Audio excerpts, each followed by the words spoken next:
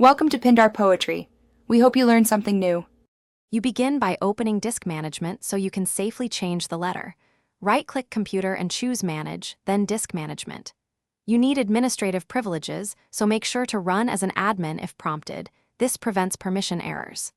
Once Disk Management loads, locate the target volume in the lower pane. Do not click the System or Boot volume because changing those can break Windows. If the drive is in use, close files and apps that reference it before proceeding. Next, right-click the target volume and choose Change Drive Letter and Paths. This is where you actually assign a new letter. You can add if none exists or change to swap to an unused letter. Pick one from the drop-down and click OK. Windows warns if programs use absolute paths.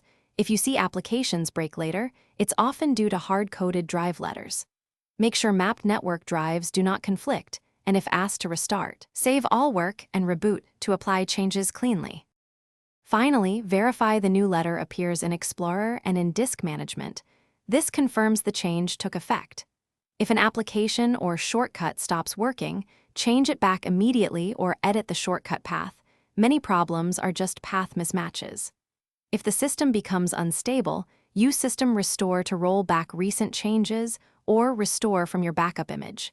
If you still see errors, check for disk errors with chkdsk and make sure no hidden partitions were altered during the process. Thanks for watching. Consider subscribing if we helped you.